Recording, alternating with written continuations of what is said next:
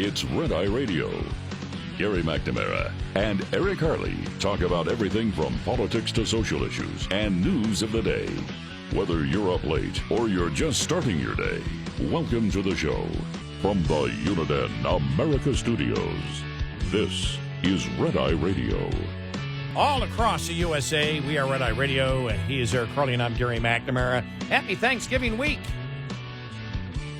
This is our last day before we take off for a couple of days, and we will return on Sunday night, Monday morning. We hope everybody's going to have just a great weekend. I think airline flying up like almost 3%. Wow. From last year. Yeah. Wow.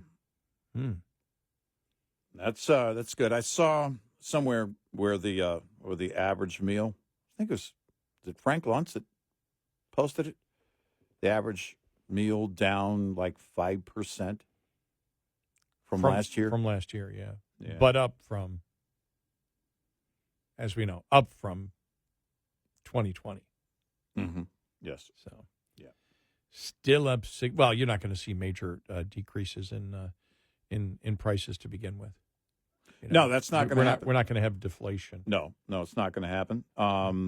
There's again, the only promise in terms of the economy, what has to be done. I think this is why the Trump cabinet picks are so important. Important if you look at the Department of Energy, if you look at the what should be the long-term policy of going after oil and natural gas. I think the environment is not the actual environment. The political environment is right at the moment for moving in that direction. It depends on how many Democrats you can get on board if the Trump administration wants to do this through Congress. Administratively, you can do things, again, EPA, Department of Energy, and those things. Those moves are only as good as until the next administration comes in and wants to change them. We need permanent change that will bring on investment. That's going to be the key. You can't get permanent change. You're going to have long-term policy in this. It has to be done through Congress. Long-term policy can happen, and it has to be done, again, with the will of the people through our elected representatives. Right, but if you can put a 10-year plan in, and the next Congress can take that 10-year plan out. Sure, but it is if we decide, again, as a nation, that's going to happen, you're going to welcome investment a lot sooner and a lot on a greater basis, on a larger basis, than you would with any administrative move, by far. What any administration or Congress has to do, or political party, is make it work. When Trump's talking yesterday, and who knows what will happen. We'll see what will happen about 25% tariff on all products coming in from Canada and Mexico, and 10% on top of what he already wants to put on, which he has stated a 40% tariff on Chinese parts. And at the same time, when you are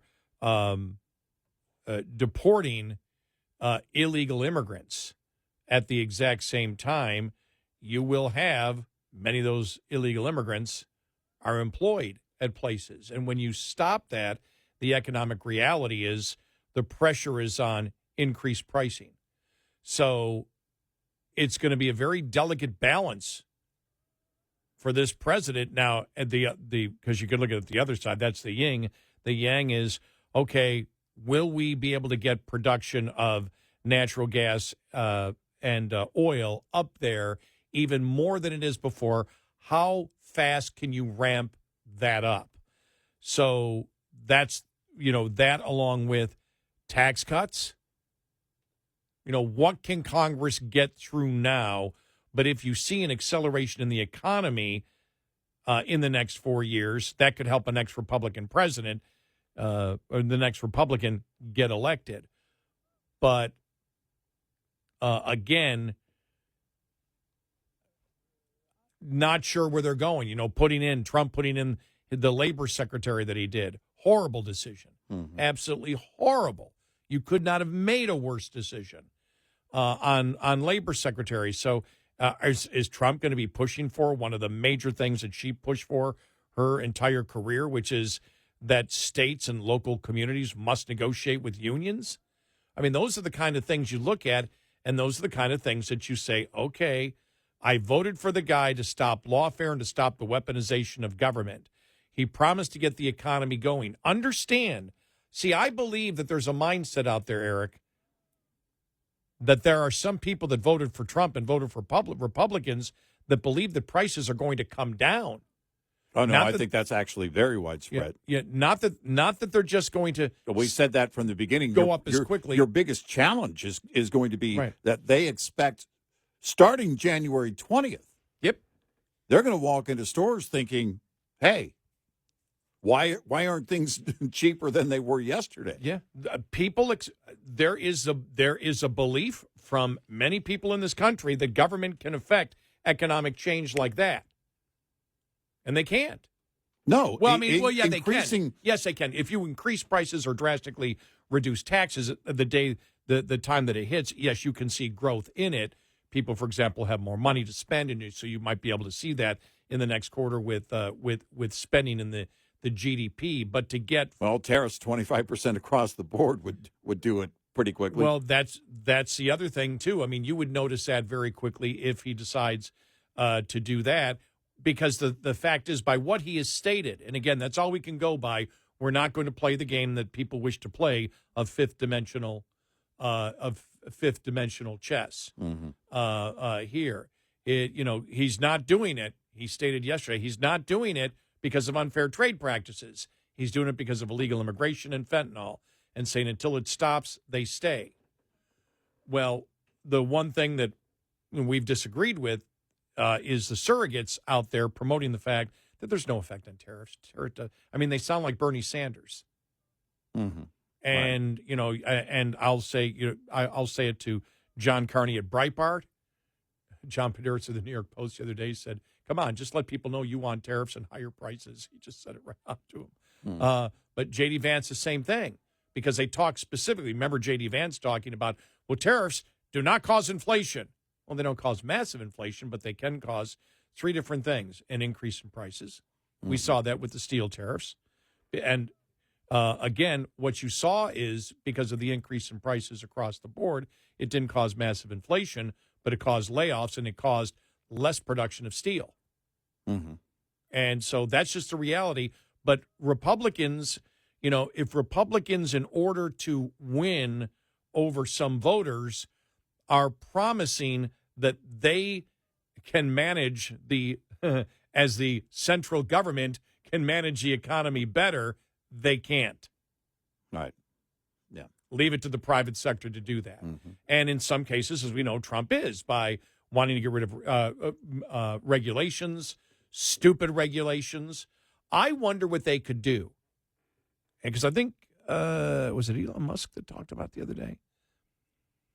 I want to see just the climate change spending alone.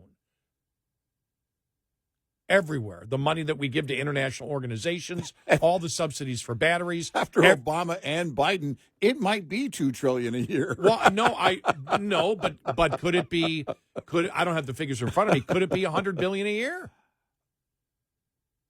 I think it could actually be more. You could get rid of that tomorrow and have really no effects. How much of that money? Well, because how much of that money is going to China? Every department was sent out on a climate change mission. Yeah. Every one.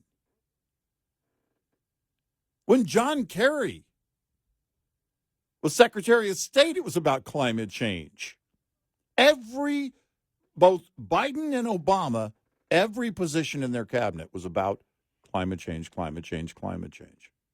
If it weren't for climate change. We broke the border, but people are coming here and they're claiming asylum based on climate change. Remember that. Yeah. I think you could tie easily $100 billion a year to climate change spending. That if you take the climate change bogus leveraging out of it, there's absolutely no need to spend it. I think easily $100 billion a year. And the fact is, what you're talking about, but that would people would lose jobs, and that money would go right back into the economy, mm-hmm. and through tax cuts and less insane regulation, you could boost an economy where people actually make profits. See, we need to go away from the dumb things that this administration has done. The dumb idea that the way to make an economy go is for the government to decide what products you should buy that companies can't make a profit on, and then force companies through regulations to build those products. And when they scream bloody murder, we're losing money, then take more taxpayer money to subsidize the losses of those companies, which still can't make a profit. And then they start laying off and the unions get upset. And then the unions, as what happened last year, the unions started saying, well, wait a minute. If the company is getting taxpayer subsidies, union salaries, private union salaries should get taxpayer subsidies. Mm-hmm. That insanity has to stop, and everybody listening right now knows that. Yep. So if you took all that money away, what would it be?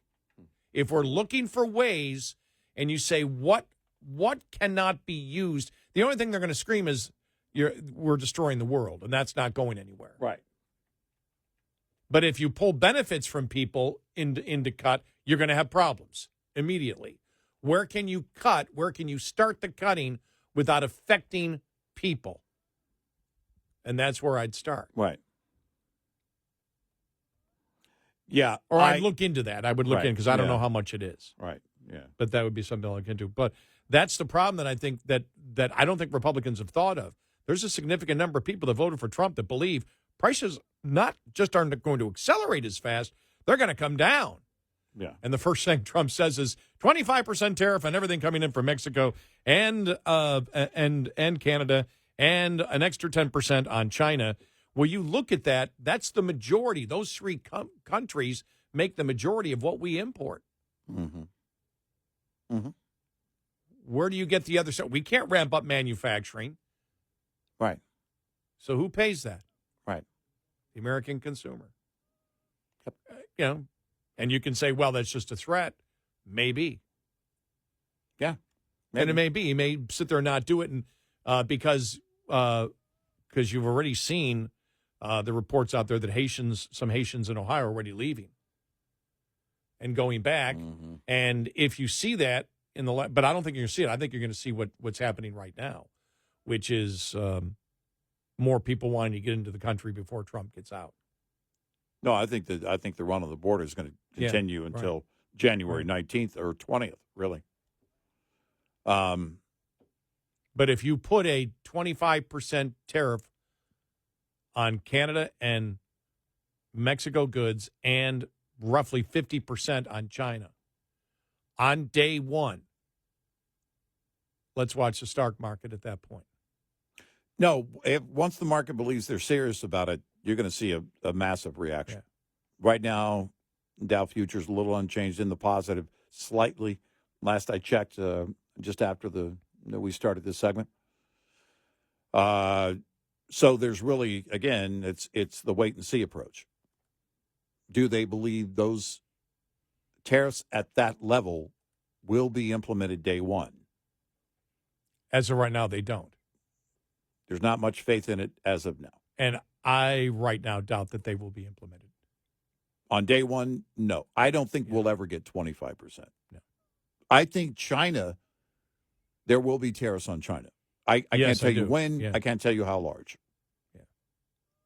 And here's what I would expect. For me, it's about intellectual property rights. We either fix this now or we decide it's the way it's going to be. Because if you can't do it, I said it during his first term, if Donald Trump can't get that done, nobody can. Nobody will have the will to get it done. And that has to be done. What I don't know is where that political will is and if that's going to be the focus. I hope that it is with China. And we need our other trade partners on board to say, hey, the rest of the world is going to carve you out as a pariah. Because everybody suffers when you're stealing all this U.S. intellectual property. It's rights. hard to do that because the goal should have always been isolate China. Mm-hmm. But if you're going to tariff wars with everybody. Tariff wars with everybody leaves you as an island in your own. Exactly. 866-90 Red Eye. This morning's USDA Farm Report is brought to you by Howe's Products. Tested, trusted, guaranteed since 1920. Do you stuff your turkey and cook the stuffing at the same time that you cook the bird? Well, food safety experts say reluctantly that's okay, but there's just definitely things you have to keep in mind if you do choose to stuff your turkey, and it can be done safely. But Meredith Carruthers with the Ag Department's Meat and Poultry Hotline says you have to do it right. First, don't stuff the turkey until right before it goes in the oven. She says if you put that warm stuffing in the bird the night before, it can actually create somewhat of a breeding ground for bacteria, and that's definitely not something we want. But the biggest problem comes later if we don't check the stuffing with a food thermometer to see if it reached the bacteria-killing temperature of 165 degrees, just like the rest of the bird. Checking that is important because as you're putting stuffing in the bird, you're technically touching raw poultry and getting those bacteria onto the stuffing components as well. And if the stuffing doesn't reach that safe temperature, then you're potentially eating bacteria that could make you sick. So stuff that turkey safely so you can stuff yourself later. Gary Crawford for the U.S. Department of Agriculture. This report brought to you by Cenex Fuels and Lubes. Get in touch with Red Eye Radio, toll free at 866-90 Red Eye.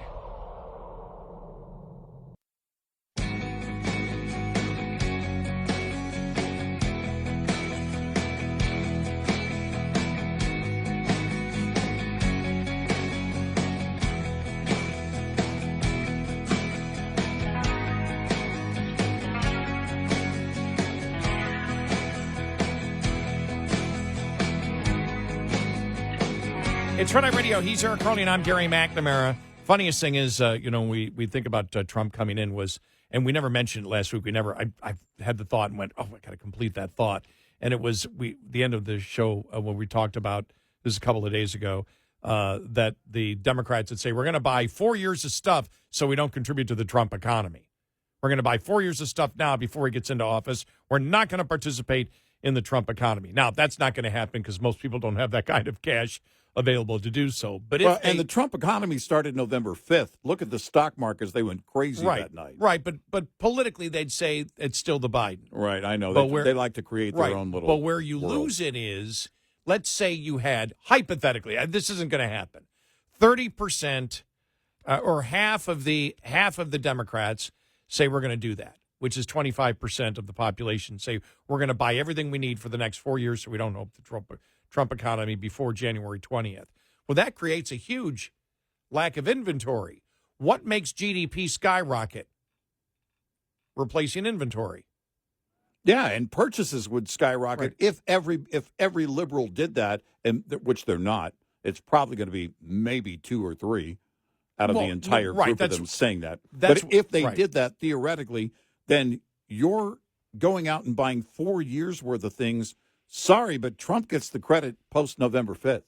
Well, even if you don't give him the political credit for it, January 20th, inventories are super low. Mm-hmm. The replacement of inventory, which skyrockets GDP, we've seen it many times. Why did GDP go up? Replacement of inventory. Mm-hmm. If you had it, it would go up the first year. Yeah, so you had those two of the Trump administration. Right, the massive purchases, which, by the way, there's no way they're going through that economy without making purchases for 4 years. Oh, it's stupid. It's the stupidest idea, but they don't do the simple math. Sorry, Trump gets the credit for the massive, massive increase in the Dow the night he won, the day after he won. The Dow went crazy.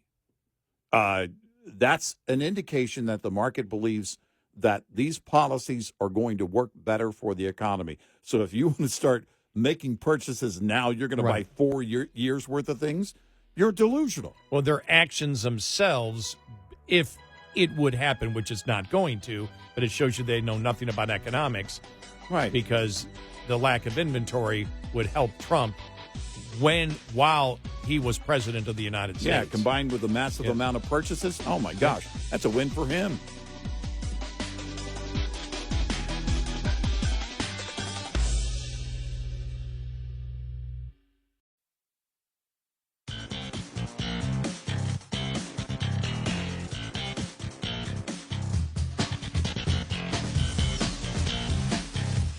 Happy Thanksgiving from all of us at Red Eye Radio.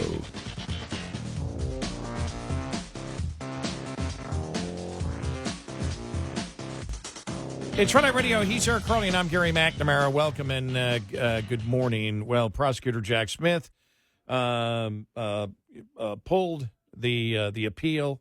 It's been dismissed. It's over on the federal level. There are the two state cases, which are never going to go anywhere. I mean, even the state of New York, where he was found on 34 felonies, that's going to be blown up by the courts. So it's over. Yeah, it's over. Jonathan Turley, who covered all of this, it's amazing when you think about it. And I always think, Eric, what are the history books going to look like 100 years from now when they look back at this? When they look back at this and go, wow. I mean, we've never seen anything like this in American political history. We haven't. Just never anything like this. No, we haven't. And it's, we kind of, as we were going up to Election Day, and I think probably once or twice after Election Day, saying, history is going to look back at this and look, you're going to have to write a series of books, to really tell the entire story of everything that has gone on, because everything going back to Russian collusion, going back to lawfare, going back to all of it, everything is what really the 24 election cycle was about. It was about inflation, yes, and the broken border and all the issues too. But a big part of it was that lawfare, was that whole Russian collusion hoax. So you've really got to go back to 2015, 2016 in order to thoroughly write about the 2024 election season. Well, 100 years from now, I can see the promo. 100 years ago, HBO did Adams. Today, the 900-part series, Trump. I love that. How many were there for John Adams? Maybe 6? I don't remember how many 7 parts. Like that, but yeah, I don't you remember need how more. Oh, no. Think about this. You need more for Trump than the American Revolution. Look. And Adams' political history after. All the Law and Orders combined and The Simpsons, in terms of the number of episodes, would not be now enough. you're getting closer. Now you're getting closer. It's going to have to go on for a long time, because when you start getting just the Russian collusion thing, the whole Russian collusion hoax alone, you have to break it down, because in order we've talked about it, you start telling people, well, here Hillary and the DNC colluded, and they took that money through a law firm, Perkins Coie, took it to Fusion GPS, an opposition research firm. They went out and essentially got a former foreign spy to put something together with a Russian national, and then brought it back, and then carried it all the way up to the top level of the FBI. This is not even the abbreviated version. I'm rushing through that because we only have a few minutes left here. When you start telling people that, their eyes glaze over. So if you're going to tell that story, if history is going to walk through that properly, then you're going to have to it's going to be an episode for every single step along the way. Wow. I can't wait for the Iggy Danchenko drunk fest when they came up with all the salacious stuff for Trump that was completely and totally made up. Exactly. That's your Russian national right there. Yep. There's a Russian the only ones that dealt with anything to do with Russians was the Hillary Clinton campaign. Exactly. But Jonathan Turley was asked basically to wrap it up, because he'd been covering it. The constitutional law professor was on Fox yesterday. Well, this is what we expected. I wrote over a year ago that there was a good chance Jack Smith would never see the inside of a courtroom for a trial in this case. It made this election the largest effective jury verdict in history by reelecting Donald Trump. The special counsel found himself at odds with his own department's longstanding policy against the prosecution of a sitting president. But Smith did not go quietly into that night. I expect that he did get a lot of different opinions, hoping for the right one. But the OLC, this office that handles such questions, has long taken this position. So it would be doubtful that they would change it here. But, Smith had a sort of a gratuitous end to his term. He pushed not only for a trial before the election, and he pushed for months for that, but he also released damaging information before the election, something that many people saw as an effort to influence the election. Smith knew that if Trump won, he was out of a job. And this release of the information was entirely unnecessary. The judge admitted that it was procedurally irregular, but she went along with it. And I think that did tarnish his position, and certainly in history, because he didn't have to do that. He had become so absolutely fixated on trying Trump before the election that he lost credibility, I think, with the courts. He went up to the Supreme Court. They didn't accept that was the overriding consideration in looking at these legal issues. I think it's also very important to remember that Smith's case was riddled with constitutional problems. When the Supreme Court reached its immunity decision, it was clear that he would have to pare down his indictment. He really didn't do it to the degree he needed to do. He took a very minimalist approach. He removed a few references, a few witnesses that stemmed from the first Trump presidency. But he largely just repackaged it. And some of us said that we thought that it was not enough, that if he ever did go to trial, he could be reversed just on that basis.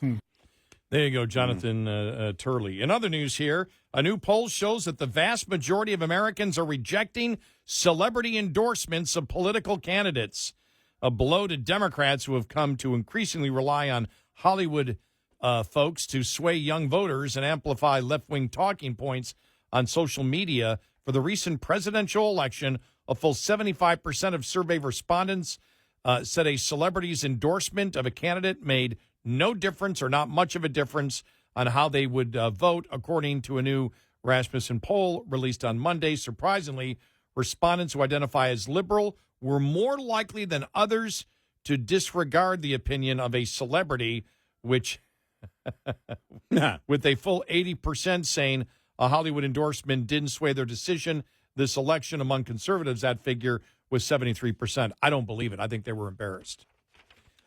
You believe some people do go based on the... No, they said 80%, that a greater number of liberals weren't influenced by celebrities, that conservatives are more influenced by celebrity. I don't buy that. I don't believe that the liberals were telling the truth on that. And I say that by look at the number of celebrities. Look at the emphasis on celebrities for Kamala Harris and even Biden. Well, for me, I was on the fence until Kid Rock appeared at the conventions. And then I'm all in. I'm all in. I mean, Hulk Hogan was the starter of that fire that night, but man, the Kid Rock came out. I was like, okay, we're done. It's over. Yeah, I don't know. With the liberals, I don't think they're telling the truth, because the idea is, this has been going on for a long, long time. You want to be with the in crowd, the cool crowd, the hip crowd, right? And I mean, George Clooney. There's nobody cooler and hipper than George Clooney. For those under 60, George Clooney was an actor at one point. I think they really have put liberals for a long time a lot of weight into celebrities. To what extent does it motivate them to get out and vote?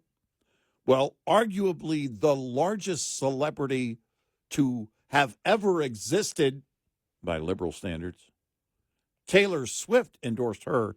How'd that work out for her? Yeah, that didn't work, did it? Well, you know what I think crumbled, just destroyed the house of cards there, Hollywood cards? Because it was the most cringe moment ever. Was Bruce Springsteen. Remember the song he sang? Oh, my gosh. That was the worst thing I've ever seen. I was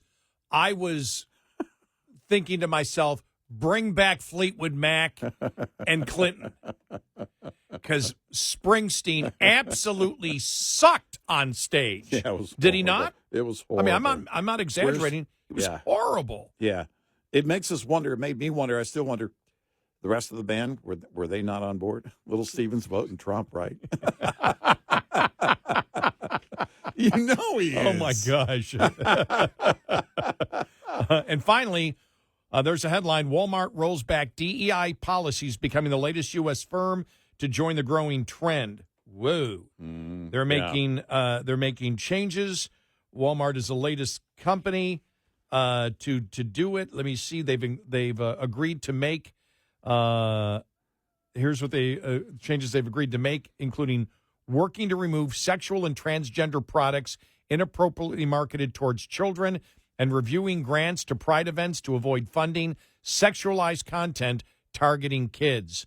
Walmart clarified these changes have been in the work for a few years and were not a result of conversation with any activist out there. Walmart confirmed to Fox Business that it plans to change how it monitors products within its marketplace and reviews the funding of grants.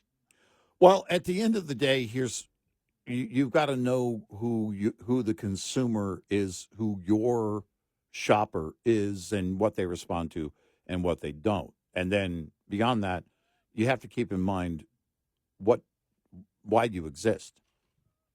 And really, it's about being a discount retailer, the largest discount retailer, and that means that you've got to quit trying to be everything to everybody and just be what you are. And that's the world's largest discount retailer. The company also decided not to extend the Racial Equity Center it launched in 2020 as a 5-year initiative, and will ditch the terms Latinx and even DEI is gone. It's gone. Altogether in official communications. It will instead focus on the term belonging for all associates. Well, get rid of associates, all right? Associates. Yeah, why not? That one doesn't bother me. Now, cast members, when we worked for Disney, oh yeah, cast that was a bit members. bothersome. Oh gosh. Yeah, I'm not acting. This isn't an act. Yeah. We were all cast. Remember that? Yeah, cast members. To all I'm not putting on the Mickey outfit. I would get those emails again. When I first started working for Disney, I got those emails. I didn't think they were for me. Mm-hmm. Dear cast members. I was like, I was supposed to go to one of the actors. Or something. What's? I'm not in Hollywood. Yeah, I'm not in a not movie. A cast member. And you're a fellow cast member. No, I'm not. Stop it. Goofy. Yeah, that was my favorite. Mm-hmm. That was when I got my 5-year pin for working at Disney, and they presented it to me on the air. Here's your 5-year pin. And I said, wow, Goofy. And they go, no, Gary, it's Pluto. Yeah, it's the other one. Goofy can talk, Pluto can't, for some reason.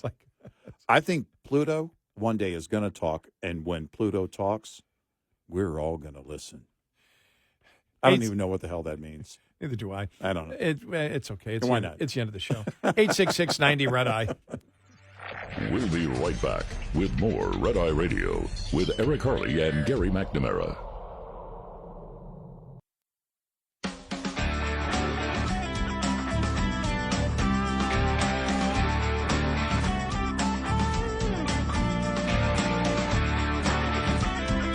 It's Red Eye Radio. He's Eric Harley, and I'm Gary McNamara. I will pay attention to when I'm flying, to the gate lice. You know that term? People trying to get in before their group number's called. Yeah, so I'm flying with them. I'm flying American, so they're trying to stop the people that are in a certain group that try to board earlier. Now, if you try to board earlier, when they scan your ticket or your phone, yeah, and so you have to go back. Right. You have to go back to the end of the line. And there might be a cavity search. Maybe. Start a rumor. Hey, whoa, what is happening now? You'll get in your group, your proper group next time, won't you? Yes. I don't know if they said 100 airports. If it's 100 airports, it's got to be a DFW. I would think. I mean, yeah. of all the offending airports, I'm guessing it's one of them. I have no idea. I don't know.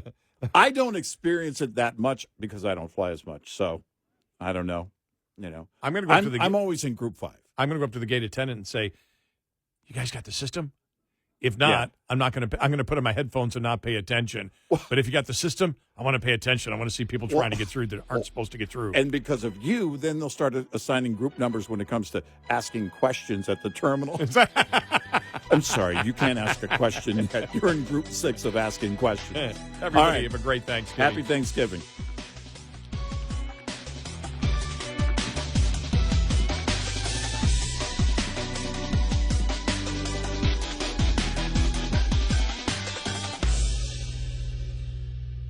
This is Red Eye Radio on Westwood One.